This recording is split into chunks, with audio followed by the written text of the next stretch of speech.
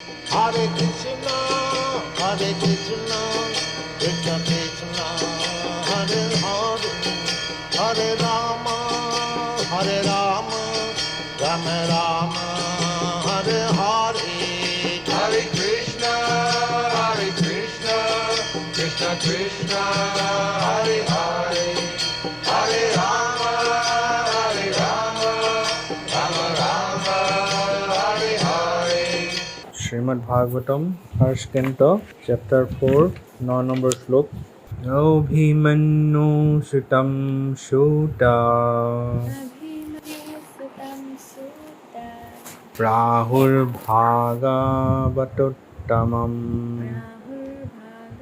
प्राहुर्भागवतोत्तमम् Taisya Janma Mahacharyam तस्य जन्म महाश्चर्यम् Karmani Saginihina कर्माणि च गृहीणः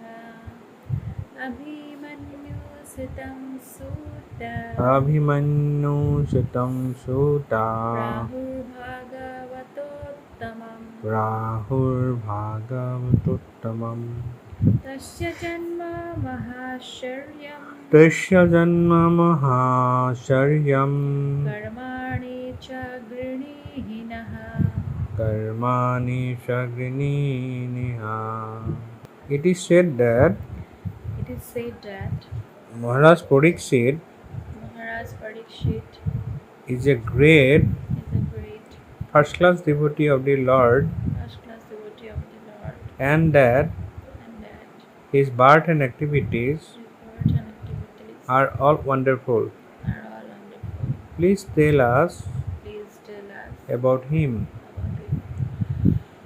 কথিত আছে যে অভিমন্যু পুত্র মহারাজ পরীক্ষিত হচ্ছেন পরমেশ্বর ভগবানের মহান ভক্ত এবং তার জন্ম ও কার্যকলাপ অত্যন্ত অদ্ভুত। দয়া করে আপনি আমাদের তার কথা বলুন। The birth of Maharaj Pariksit is wonderful because in the womb of his mother he was protected by the personality of Godhead Sri Krishna. His activities are also wonderful because he chastised Kali, who was attempting to kill a cow. To kill cows means to end human civilization. He wanted to protect the cow from being killed by a great representative of sin. His death is also wonderful because he got previous notice of his death, which is wonderful for any mortal being, and thus he prepared himself for passing away by sitting down on the bank of the Ganges and hearing the transcendental activities of the Lord. During all the days he heard Bhagavatam. He did not take food or drink, nor did he sleep a moment. So everything about him is wonderful, and his activities are worth hearing attentively. The desire is expressed herein to hear about him in detail. 10 নম্বর শ্লোক স সম্রাট কশ্যপা হেতো পাণ্ডুনাম মানবর্ধনঃ पाण्डुनं मानवर्धनः प्रायोपविष्टो गङ्गायाम् प्रायोपविष्णुगङ्गायाम्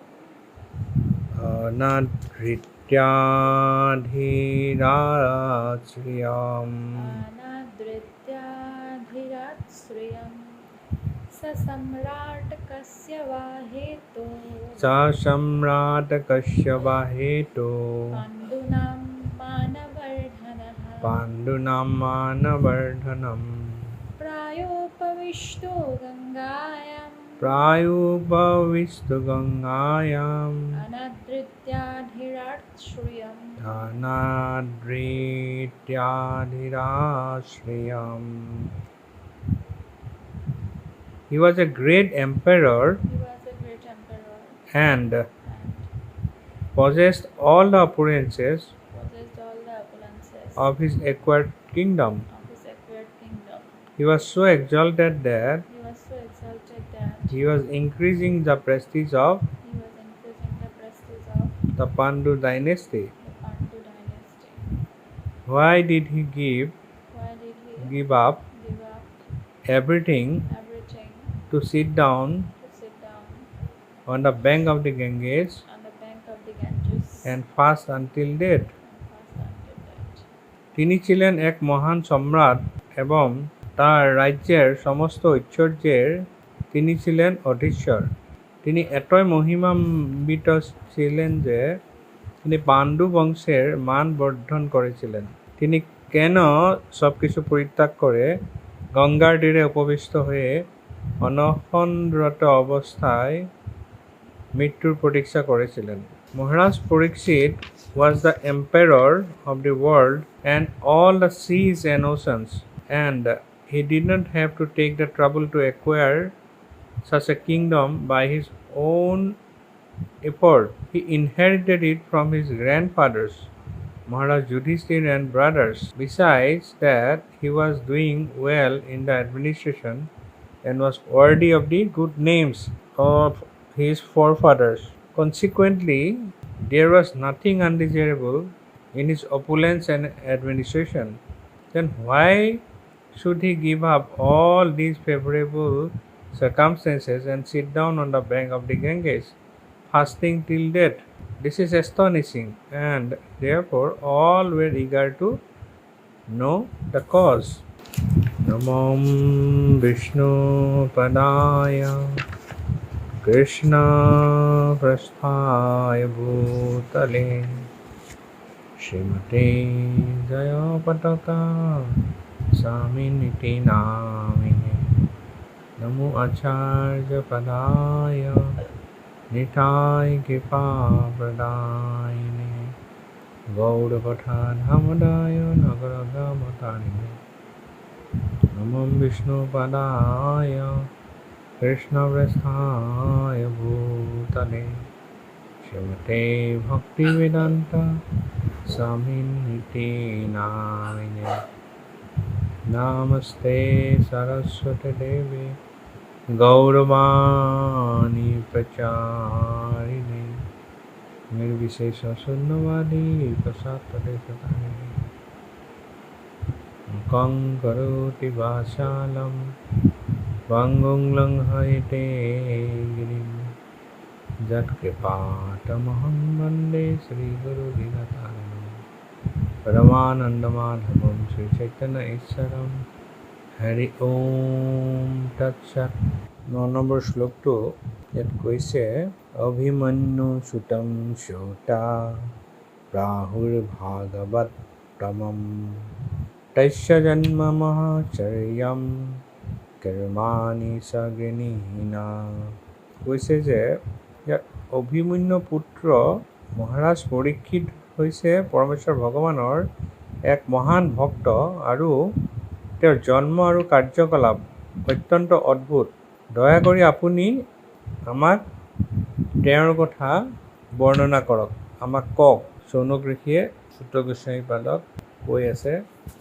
কাৰ বিষয়ে জানিব বিচাৰিছে? পৰীক্ষিত মহাৰাজৰ বিষয়ে। পৰীক্ষিত মহাৰাজ কোন? অভিমন্যু পুত্ৰ। অভিমন্যু কোন? অৰ্জুনৰ পুত্ৰ। এতিয়া ইয়াত কৈছে যে এইটো শ্লোকত কৈছে যে মহাৰাজ পৰীক্ষিতটো এইটো কোৱা হৈছে যে মহাৰাজ পৰীক্ষিত হৈছে একদম খুব ডাঙৰ ভক্ত, মহান ভক্ত। আৰু মহাৰাজ পৰীক্ষিতৰ জন্ম আৰু কাৰ্যকলাপ সকলোবিলাক একদম গোটেই কাৰ্যকলাপবিলাক পৰীক্ষিতৰ অদ্ভুত ধৰণৰ আছে। সেইবিলাক শুনিব বিচাৰিছে শৌনক ঋষি আৰু বাকী ঋষিসকল যোন তাত আছিলে নৈমিষাৰণ্যত। প্ৰভুপদে ইয়াত ব্যাখ্যা কৰিছে তাৎপৰ্যত যে মহাৰাজ পৰীক্ষিতৰ জন্ম সঁচাকৈ আশ্চৰ্যজনক। কাৰণ যেতিয়া মহাৰাজ পৰীক্ষিত মাতৃগৰ্ভত আছিল তেতিয়া পৰমেশ্বৰ ভগৱানে শ্ৰীকৃষ্ণই তেওঁক ৰক্ষা কৰিছিল। তেওঁৰ কাৰ্যকলাপবিলাক অদ্ভুত। তেওঁ কলিয়ে কি কৰিব বিচাৰিছিলে? এজনী গাভী হত্যা কৰিব উদ্যত হৈছিল। হত্যা কৰিব বিচাৰিছিল তেতিয়া কলিক তেওঁ দণ্ড দিছিলে দণ্ড দিলে। ইয়াত প্ৰভুপাদে স্পেচিফিক কৈছে যে গো হত্যা হৈছে মানৱ সমাজৰ, গো হত্যা কৰিলে মানৱ সমাজৰ কি হয়, সৰ্বনাশ হৈ যায়। ইমান মানে ভয়ংকৰ এইটো। গতিকে গো হত্যাৰ কৰিবলৈ চেষ্টা কৰা এই পাপ পুৰুষৰ পাপৰ প্ৰতিনিধিৰ হাতৰ পৰা তেওঁ গাভীক ৰক্ষা কৰিছিল। গো হত্যাটো ইমান ইম্পৰ্টেণ্ট। ইয়াত কৈছে সমাজৰ সৰ্বনাশ হৈছে বোলে, সমাজৰ সৰ্বনাশ হয় গো হত্যা। কলিযুগত এই গো হত্যাৰ প্ৰভাৱত তাৰ যিটো কৰ্মফল হয়, সাংঘাতিক বেয়া কৰ্মফল, সেই কৰ্মফলবিলাক কোনে ভোগ কৰিব লাগে? সকলো মানে জীৱই ভোগ কৰিবলৈ বাধ্য হৈ যায়। কোনো দিনে গো হত্যা যেতিয়ালৈকে চলি থাকিব তেতিয়ালৈকে যুদ্ধ, বিগ্ৰহ, কলহ এইবিলাক কোনো কাৰণত বন্ধ নহয়, কাৰণ প্ৰকৃতিয়ে সেই হিচাপে শাস্তি প্ৰদান কৰে। গৌ মাতা হত্যা মানে এইটো বহুত ডাঙৰ পাপ। চৈতন্য মহাপ্ৰভু যেতিয়া চান্দ কাজীৰ গৈছিলে বুজাবলৈ, চান্দ কাজীয়ে কৈছে যে চান্দ কাজীয়ে ৱেলকাম কৰিছে মহাপ্ৰভুক। কৈছে যে মহাপ্ৰভু আপুনি আহিছে, আপোনাৰ সংকীৰ্তন যজ্ঞ বন্ধ কৰাৰ কাৰণে আপুনি আহিছে, ঠিকে আছে, কিন্তু মই অলৰেডি কালি মই যেতিয়া শুই আছিলোঁ মোক ভয়ংকৰ এটা ৰূপ আহি পেলাই চাৰিওফালে গাত যে সংকীৰ্তন বন্ধ কৰিলে তোৰ বিপদ হ'ব বুলি গোটেই গাত আঁচুৰি দিছিলে। সেই ভয়ংকৰ ৰূপ কোন? নৃসিংহদেৱ। আগদিনে ৰাতিয়ে আঁচুৰি দিছে কাজীক। সেইকাৰণে তেতিয়া কাজীয়ে ভাবিছে যে এইটো হৰে কৃষ্ণ কৃষ্ণ কৃষ্ণ হৰে হৰে, হৰে ৰাম ৰাম ৰাম হৰে হৰে। এইটো সহজ নহয়, তাৰমানে এইটো নিশ্চয় কিবা এটা আছে ইয়াত। এতিয়া কাঞ্জীক বুজাবলৈ গৈছে মহাপ্ৰভু, তাৰ মাজত যেতিয়া কথা হৈ আছিলে কাঞ্জীৰ লগত, তেতিয়া মহাপ্ৰভুৱে কৈছে যে গো হত্যা তোমালোকে কিয় কৰা? গো হত্যা ইমান ভয়ংকৰ, গো হত্যাৰ কোনো প্ৰায়চিত্ত নাই। আৰু গো হত্যাৰ কৰিলে কি হ'ব? গো মাতাৰ হত্যা কৰা মানে কিমান বছৰ নৰকত থাকিব লাগিব বুলি ক'লে? এজনী গো মাতাৰ গাত কিমান নোম আছে, কিমান নোম থাকিব পাৰে আমি হিচাপ কৰিব পাৰিম নেকি?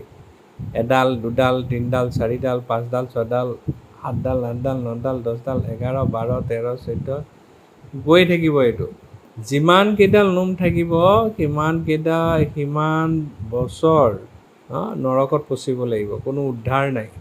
ভয়ংকৰ পাপ মানে এইটো, সাংঘাতিক পাপ। সেইকাৰণে আমাৰ বৈষ্ণৱসকলৰ চিম্পুল ফিলচফি হ'ল কোনে ক'ত কি ৰাজনীতি কৰিছে দূৰৰ কথা, যোনে গো মাতাক ৰক্ষা কৰিছে আমি তেওঁলোকক সমৰ্থন কৰোঁ।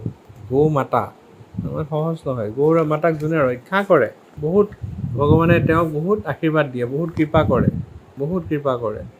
সেইকাৰণে গৌ মাতা অতি ইম্পৰ্টেণ্ট এছপেক্ট সমাজৰ কাৰণে। ইয়াত সেইকাৰণে প্ৰভুপাদে তাৎপৰ্যত কৈছে যে য'ত গৌ মাতাৰ হত্যা হৈ থাকে সেই সমাজ সদায় সৰ্বনাশ হয় বুলি কৈছে। সেই সমাজৰ ইংলিছত কি বুলি লিখিছে? To kill cows means to end human civilisation. গৌ হত্যা কৰা মানে হৈছে চিভিলাইজেশ্যনটো শেষ কৰা, হিউমেন চিভিলাইজেশ্যন শেষ কৰা। ইমান ভয়ংকৰ মানে, কাৰণ তাৰ বেয়া কৰ্মফলৰ পৰা ভোগ কৰিব লগা হয় সকলোৱে। যুদ্ধ, বিগ্ৰহ যিমান য'ত আছে, উগ্ৰপন্থী, চৰমপন্থী যিমান আছে, চবেই গো হত্যাৰ এটা কৰ্মফল সেইবিলাকৰ মাধ্যমত প্ৰকৃতিয়ে প্ৰদান কৰে। আহিব চুনামি, বাচাৰ ৰাস্তা নাই। আহিব কৰোণা, বাচাৰ ৰাস্তা নাই। পৃথিৱীখনে লগ কৰি দিছিলে। প্ৰকৃতিৰ লগত কোনে পাৰিব? প্ৰকৃতিক চলাই কোনে? ভগৱানে। ময়াধেক্ষেণ প্ৰকৃতি শ্ৰুয়েতে সচৰাচৰম, ময়াধেক্ষেণ প্ৰকৃতি। মই চলাওঁ, গীতাত কৈছে মই চলাওঁ। কোনে চলায়? ভগৱানে চলায়, কৃষ্ণই চলায়। গতিকে প্ৰকৃতিৰ তাণ্ডৱ আৰম্ভ হৈ যায় য'ত গো হত্যা চলি থাকে। তো য'ত গো হত্যা বন্ধ কৰাৰ চেষ্টা কৰে তাত বহুত আশীৰ্বাদ পায়। গৌ মাতাই আশীৰ্বাদ কৰে। গৌ মাতাই আশীৰ্বাদ কৰা মানে স্বয়ং ভগৱানে আশীৰ্বাদ কৰিব, অতি প্ৰিয় ভগৱানৰ। ব্ৰাহ্মণে দেৱায় গৌ ব্ৰাহ্মণে হিতায়চ, জগৎ হিতায় কৃষ্ণায় গোবিন্দায় নমো নমো। নমো ব্ৰাহ্মণে দেৱায় গৌ ব্ৰাহ্মণে হিতায়চ, গৌ ব্ৰাহ্মণে হিতায়চ। নমো ব্ৰাহ্মণে দেৱায় গো ব্ৰাহ্মণে হিতায়। তো গো মাতা আৰু ব্ৰাহ্মণসকলক, যিসকল সাধু, যিসকল ভক্ত, যিসকল ব্ৰাহ্মণ, তেওঁলোকক ভগৱানে কি কৰে বুলি কৈছে? ভগৱানৰ উদ্দেশ্যটো তেওঁলোকক প্ৰটেক্ট কৰে সদায়। গৌক বিশেষকৈ গোমাতা ইমান ইম্পৰ্টেণ্ট, গোমাতা। চ' এই গোমাতাক হত্যা কৰাৰ সময়ত কলিক কোনে দণ্ড দিছিলে? পৰীক্ষিত মহাৰাজে দণ্ড দিছিলে। সেইকাৰণে পৰীক্ষিত মহাৰাজ ইমান ইম্পৰ্টেণ্ট। পৰীক্ষিত মহাৰাজ ইমান ইয়াত কৈছে যে কিমান ডাঙৰ ভক্ত আছিলে পৰীক্ষিত মহাৰাজ, মহান ভক্ত বুলি কৈছে। মহান ভক্ত আৰু কৈছে যে তেওঁ গোটেই জীৱনটোৱে হৈছে সাংঘাতিক ধৰণৰ আশ্চৰ্যজনক। তেওঁ বহুত ধৰণৰ কথা তেওঁৰ লগত জড়িত হৈ আছে। আৰু তেওঁ প্ৰভুপাদে লিখিছে তাৎপৰ্যত যে পৰীক্ষিত মহাৰাজৰ দেহ ত্যাগো অত্যন্ত অদ্ভুত। কাৰণ তেওঁ আগতেই মৃত্যুৰ সময়ৰ কথা আগতে জানিব পাৰিছিলে, যিটো মৰণশীল মানুহসকলৰ কাৰণে এইটো অত্যন্ত অদ্ভুত। আৰু আগতে জানিব পাৰি তেওঁ গংগাৰ তীৰত গৈ পৰমেশ্বৰ ভগৱানৰ অপ্ৰাকৃত লীলাবিলাসৰ কাহিনী শ্ৰৱণ কৰি কৰি দেহ ত্যাগৰ কাৰণে প্ৰস্তুত হৈছিলে। নৰ্মেল যিবিলাক জীৱ, এই মানুহবিলাকে, সাধাৰণ ব্যক্তিসকলে মৃত্যুৰ আগত কিবা ন'টিচ পায় নেকি? এখন ন'টিচ মাৰি গ'ল বোলে, যেনেকৈ হোম কোৱাৰেণ্টাইন হ'লে, কৰোণা কোৱাৰেণ্টাইন হ'লে ন'টিচ মাৰি দিছিলে আগতে আহি, তেনেকৈ যদি ন'টিচ মাৰি দিলে বেয়া নাছিলে, চবেই গম পালে হয়। মোৰ সময় ইমান সময় আছে, মোৰ সময় নাই, মোৰ এমাহ আছে, মোৰ এবছৰ আছে, মোৰ 10 বছৰ আছে, মোৰ 20 বছৰ আছে, কোনোবাই দেখিব ন'টিচ মোৰ 1 মিনিটহে আছে। তেনেকৈ ন'টিচবিলাক পালে ভাল আছিলে। কিন্তু আনফৰ্চুনেটলি, দুৰ্ভাগ্যবশতঃ মৃত্যু আহে কোনো ধৰণৰ আগতীয়া জাননী নিদিয়াকৈ। যেনেকৈ গভৰ্ণমেণ্টে কেতিয়াবা এভিকশ্যন কৰে, গোটেই যাক এভিকশ্যন কৰে তেওঁলোকে চিঞৰ বাখৰ কৰি থাকে যে আমাক আগতীয়া জাননী নিদিলে। আগতীয়া জাননী দিব লাগে। ঠিক তেনেকৈ মৃত্যুৰ কোনদিনা আহিব এইটো প্ৰায়ৰ ন'টিচটো পৰীক্ষিত মহাৰাজে পাইছিলে। কিমান দিন থাকিব বুলি পাইছিলে? 7 দিন। 7 দিনৰ দিনা কি হ'ব? মৃত্যু হ'ব তেওঁৰ। টকচকে দংশন কৰিব 7 দিনৰ দিনা। আৰু তেওঁ যেতিয়াই গম পালে, তেওঁ সম্ৰাট আছিলে, গোটেই পৃথিৱীৰ তেওঁ সম্ৰাট আছিলে। তেওঁ সমস্ত ৰাজ সিংহাসন পৰিত্যাগ কৰি তেওঁ পৰমেশ্বৰ ভগৱানৰ অপ্ৰাকৃত লীলাবিলাসৰ কাহিনী শ্ৰৱণ কৰি তেওঁ গংগাৰ পাৰত আহি পেলাই কি হৈছিলে? শ্ৰৱণ কৰি দেহ ত্যাগৰ কাৰণে ৰেডি হৈ আছে। সেইটো আগতীয়াকৈ ন'টিচটো পায়। সেইকাৰণে তেওঁ গম পাইছে যে মই 7 দিন থাকিম। আমাৰতো সেইটো নাজানো, আমি কিমান দিন থাকিম, কেই ঘণ্টা থাকিম, কেই মিনিট থাকিম, কেই বছৰ থাকিম, নে কেই মাহ থাকিম, এইটো নাজানো। নাজানাৰ কাৰণে একচুৱেলি আমাৰ যিসকল বদ্ধ জীৱ আছে, বদ্ধ জীৱসকলৰ কাৰণে, বদ্ধজীৱ মানে কণ্ডিশ্যন চ'ল, যিসকল কণ্ডিশ্যন চ'ল, তেওঁলোকে সদায় তেওঁলোকৰ কাৰণে প্ৰত্যেকটো ম'মেণ্ট হৈছে ইমাৰ্জেঞ্চি নিচিনা। ইমাৰ্জেঞ্চিৰ সময়। প্ৰভুপাদে এবাৰ যুদ্ধ চলি প্ৰভুপাদ যেতিয়া আছিলে তেতিয়া গোটেই ব্লেকআউট কৰি দিছে, কাৰণ যুদ্ধ চলি আছে। এইফালে প্লেইনবিলাক, ফাইটাৰবিলাক গৈ আছে, ফাইটাৰ জেট। প্ৰভুপাদৰ লগত এজন আছিলে। প্ৰভুপাদে কৈছে, প্ৰভুপাদ এই গোটেই ফাইটাৰ জেট ওপৰত ঘূৰি আছে, তাৰপৰা যদি বোম এটা পেলাই দিয়ে আমাৰ মৃত্যু হ'ব এতিয়া। প্ৰভুপাদে ক'লে যে ঠিকে আছে, তাৰপৰা বোম পেলাই দিব, আমাৰ মৃত্যু হ'ব পাৰে, কিন্তু তেনেকুৱাকৈ বোম নেপেলোৱাকৈওতো আমাৰ প্ৰতিটো মুহূৰ্তত আমাৰ মৃত্যু হ'ব পাৰে। সেইটো আমাৰ কাৰণে ইলিউজন একচুৱেলি। আমি প্ৰতিটো ক্ষণত সূৰ্য যেতিয়া উদয় হোৱাৰ পৰা অস্ত যোৱালৈকে আমি কোনফালে খোজকাঢ়ি গৈ আছোঁ? সিপুৰি মানে মৃত্যুৰ ওচৰলৈ আমি খোজকাঢ়ি গৈ থাকোঁ। আমাৰ সময়টো কালে হৰণ কৰি লৈ যায়। ভগৱানে কৈছে কালৌস্মি, মই হৈছোঁ কাল, অল ডিভাইডিং কাল, চব ধ্বংস কৰি যায়। কালৰ প্ৰভাৱত সকলো ধ্বংস হৈ যায়। তো কালে হৰণ কৰি লৈ গৈ থাকে আমাৰ সময়বিলাক, মৃত্যুৰ ফালে লৈ গৈ থাকে। কিন্তু আমাৰ ইলিউজনত পৰি আমি ভাবোঁ যে আমি ছেফ ছাইডত আছোঁ সদায়। We are safe, we are very much safe. মোৰ কোনোবা ৰিলেটিভ ঢুকাব পাৰে, মোৰ ঘৰৰ মানুহ ঢুকাব পাৰে, মোৰ পৰিবাৰৰ মানুহ ঢুকাব পাৰে, আৰু কোনোবা ঢুকাব পাৰে, কিন্তু মই জীয়াই থাকিম, মোৰ মৃত্যু নহয় সহজে। সেইটো হৈছে ইলিউজন। যুধিষ্ঠিৰ মহাৰাজক যক্ষই প্ৰশ্ন সুধিছিলে, পৃথিৱীৰ সকলোতকৈ আচৰিত কথাটো কি? যুধিষ্ঠিৰ মহাৰাজে কৈছে যে, উত্তৰ দিলে যে প্ৰতি পদে পদে সকলোৰে সন্মুখত, চকুৰ আগত, হয় নিজৰ পৰিয়ালৰ, নহয় আত্মীয় স্বজনৰ, নহয় বন্ধু বান্ধৱৰ, নহয় আৰু কাৰোবাৰ মৃত্যুৰ মুখত সকলো চাৰিওফালে পৰি আছে, কিন্তু তেওঁ নিজে ভাবি থাকে মোৰ মৃত্যু নহয়, মই অমৰ, মোৰ সহজে মৃত্যু নহয়। তাতকৈ আচৰিত আৰু কি হ'ব পাৰে? যুধিষ্ঠিৰে ক'লে। সেই যক্ষ কোন আছিলে? যক্ষৰাজ যমৰাজ আছিলে আচলতে। যুধিষ্ঠিৰক টেষ্ট কৰি আছিল। গতিকে এই মৃত্যুৰ প্ৰায়ৰ নটিছখন কোনে লাভ কৰিছিলে? পৰীক্ষিত মহাৰাজে। আমাৰ নটিছ নাই। আমাৰ নটিছ নাই কাৰণে প্ৰভুপাদে কৈছে যে বি কৃষ্ণ কনচিয়াছ। এবাৰ এটা মন্দিৰত প্ৰভুপাদে ক্লাছ দিলে, এতিয়া ওপৰলৈ উঠি গৈ আছে, ৰুমলৈ গৈ আছে বিদেশত, মন্ট্ৰিল টেম্পল। প্ৰভুপাদে কৈছে যে আমি সদায় যদি ভগৱানৰ ওচৰত ঘূৰি যাব লাগে, আমি গোলকধামত যদি ঘূৰি যাব লাগে, আমি যদি বৈকুণ্ঠ লোকত ঘূৰি যাব লাগে, তেন্তে আমি কি কৰিব লাগিব?